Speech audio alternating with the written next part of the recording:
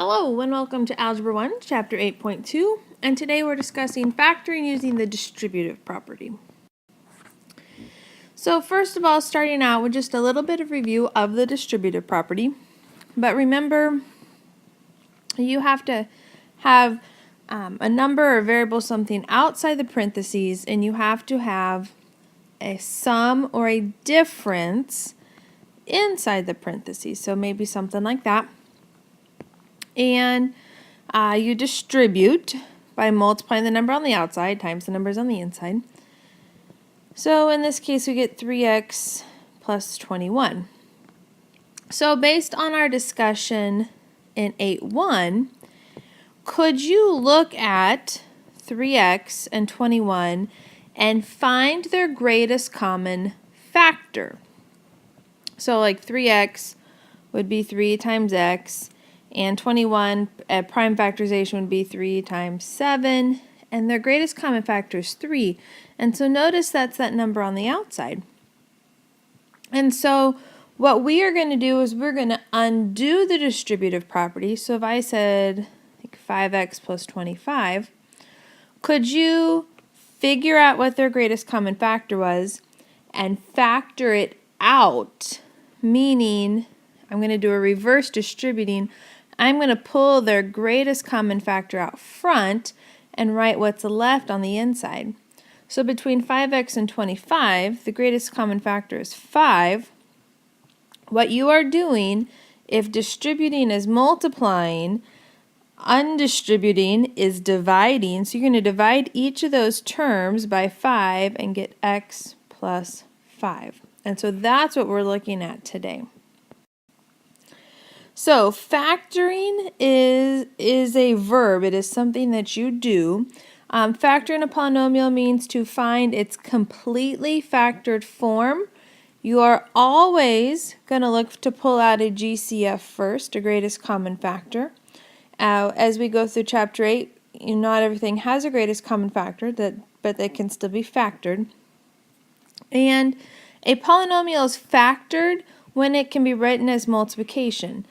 So where 5x plus 25 is written as a sum, 5 times x plus 5 is a product. So it's 5 times, so this is one term and that is one term because it's grouped. So use the distributive property to factor each polynomial. So we're looking at 15x and 25x squared. And if you need to do your prime factorization to figure out your greatest common factor, you can. So we could, that's 3 times 5 times x. And that's 5 times 5 times x. And you could say, okay, they have a 5 and they have an x. So its greatest common factor is 5x times. And if you do this, you can actually use what's left over. So there's a 3 left over here, plus, because there's a plus sign there. And then what's left there would be 5x. And so now it's written as multiplication. This is our answer, but what you can always do is you can check it by distributing. So if I distribute, do I get back to where I came from? And if the answer is yes, then you've done this correctly. Now the other thing we want to make sure is that we have gotten the greatest common factor. So if you do using this method, then you should have the greatest common factor. So looking at another one, we have 16a plus 4b. So your goal is really going to be, can you do a greatest common factor in your head? And so if I'm looking at 16 and 4, what's the biggest number that goes into both? Well, we get 4. And are there any variables that go into both? And there's not. So if I divide each of those by 4, what do I have left? You get 4a plus b. And then make sure if you distribute, do you get back to 16a plus 4b? So the next thing we're going to do is we're going to talk about factoring by grouping. And I want to talk about one thing real quick though before we talk about this is, let's look at that last example that we did. So what happens if I don't pull out the greatest common factor? So if I'm looking at 16 and 4 and I go, okay, well 2 goes into both. All right, so if I pull a 2 out of both, we're looking at 8a plus 2b.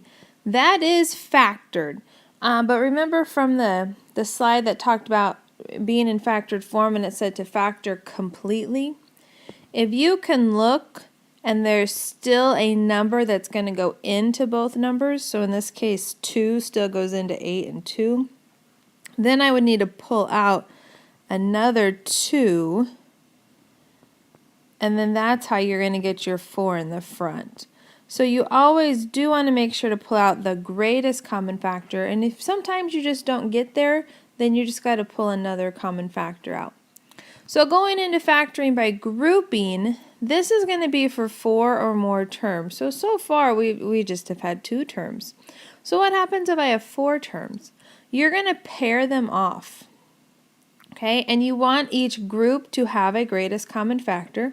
And the nice thing about our book and most Algebra 1 books is that they're going to be written already so that they're in pairs that have a greatest common factor. And what we're going to end up doing is greatest common factor 3 times. Okay, so let me show you what that looks like. So we're going to factor these 4 terms. All right, so we're going to look at the first 2 terms and we're going to look at the last 2 terms. So what is the greatest common factor of the first 2 terms? Well, it looks like x goes into both. So if you factor out an x, what do you have left? You get 2y plus 7. So there's greatest common factor of the first 2 terms. Then I'm going to look at the next 2 terms. And there's not a number or a variable really that goes into both. But if this over here is a plus, I really want my other one to also be a plus. And at the moment it's a minus. So since they're both minuses, what I'm really going to do is I'm going to factor out a negative 1. And so I'm going to write it minus 1. That's the negative 1 I'm factoring out. And if I factor out a negative, the negative numbers turn positive. So this becomes 2y plus 7. All right, and so the whole reasoning behind this is notice now that these 2 are the same. So this is one term, this is one term, and both of these terms have a greatest common factor. It happens to be 2y plus 7, so this is the 3rd time I've done greatest common factor. You're pulling 2y plus 7 out to the front. You're left with x minus 1 once you pull that out. So this is your answer. If you FOIL this, you will get back to where we started. So let's look at grouping again. So anytime you have 4 terms, you're going to factor by grouping. So if we look at the first 2 here, what is it that they have in common? Greatest common factor. I'm going to go for 3x because 3 goes into both of those and x goes into both of those. So if you factor out a 3x, what do you have left? 2x. Remember when you're factoring something out, you really are dividing. 2x minus 5. Okay, and if you distribute, do you get back to where you came from? Because make sure you're not changing the problem. So out of the last 2, what do they have in common? Well, it looks like they have a 4 in common. Now, if I just pull out a positive 4, I'm going to get a negative 2x plus 5. And then do I have a greatest common factor? I don't, because the signs are switched. So what you can do then, if I know I need a minus sign in the middle, what I'm going to end up doing is I'm going to pull out a negative 4. And that turns a negative 8 into a positive 2x, because then if I distributed, there would be a negative 8x. And it turns a positive 20, it's going to turn into a negative 5, because again, if I distribute, I get that positive 20. So you want them to have a greatest common factor so that you can pull it out front, and then what we'd have left would be 3x minus 4. All right, so let's try this one more time here. Looking at the first 2 terms, we're going to factor out an s. They share an s. So s times r plus 5. And then if I want that plus sign there, I really need to factor out a negative out of these next 2. So I'm going to factor out a negative 1. which is going to leave me with a positive r plus 5. And then I'm going to factor out that r plus 5 because they both have it, s minus 1.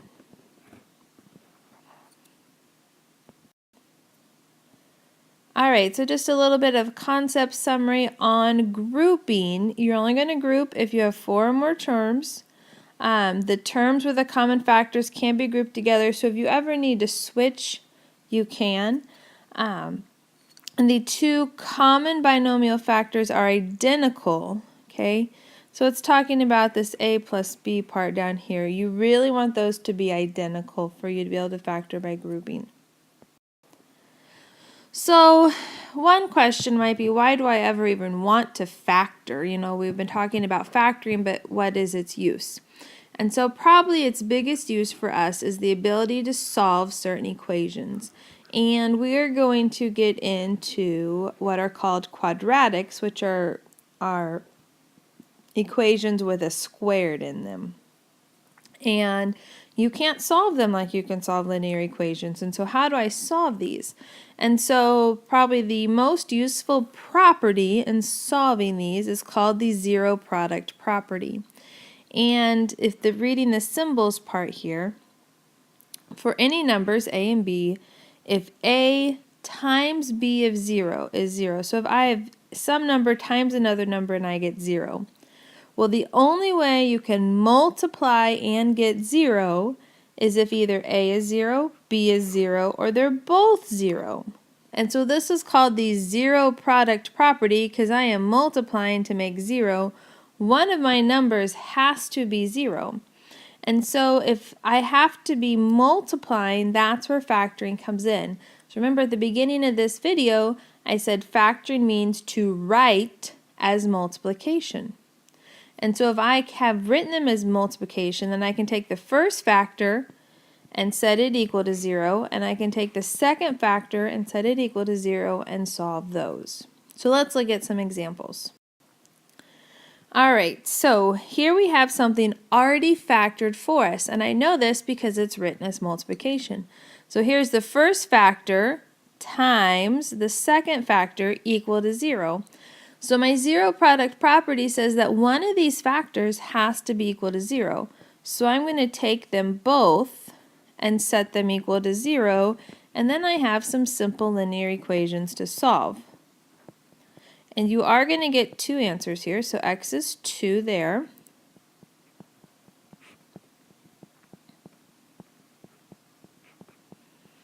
And I get x is 1/4. And it does say to check your solutions. So if I come up here and check, so we have to check both.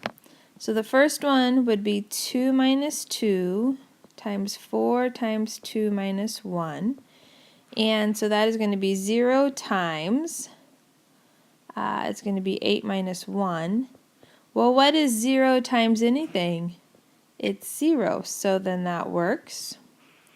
Second check is going to be 1/4 minus 2 times 4 times 1/4 minus 1, which is going to be nope, not -3. How about -1 3/4 times 1 minus 1, right? And this is the benefit of multiplying fractions. You can cross out before you multiply there. And so we get -1 3/4 times 0, which is going to be 0 equals 0. So they do both work. All right, so the thing with zero product property is it has to be equal to 0. Okay, so this equation here is a quadratic, and I know it's a quadratic because it has an x squared, or y squared in this case. You really want your leading coefficient to be positive when you write it in descending order. So I'm actually going to subtract the 4y over and have 0 equals. These are not like terms, so I can't combine them, so I have that. And then I need to factor this. And so really we've talked about factoring greatest common factor and factoring by grouping, which you have to have 4 terms. So since this only has 2 terms, does it have a greatest common factor? I'm thinking 4y, which is going to leave us then with 3y minus 1. And the deal is, if you ever pull out an entire term, you always have to put 1 in its place. And so this one would actually be a negative 1. So then you're going to take both factors. So by that I mean there's one factor, and here's the other factor. I'm going to take both factors and set them equal to 0, because that's what my zero product property says. Solve them both. So 0 divided by 4 is 0. We're going to get 1/3 on this side. Alright, so there's my solutions. Okay, we have 2 of them, and then I need to check them. And remember, you always check in the original, just how that looks. So I'm going to have 4 times 0, and you can only check one answer at a time. I can't put in both those answers. You can only check one answer at a time. So this gives me 0 equals, and the other side is actually 0, so that one works. The other one then is 4 times 1/3 equals 12 times 1/3 squared. So this is going to be 4/3 equals 12 times 1/9. 1/3 squared would be 1/3 times 1/3, and you multiply straight across. And so this would be 12 over 9, which has 3 into both, which would be 4/3 equals 4/3. There we go. They both work in that equation. All right, so there is 8-2. Let me know if you have any questions, and if not, I will see you in class. Have a great day.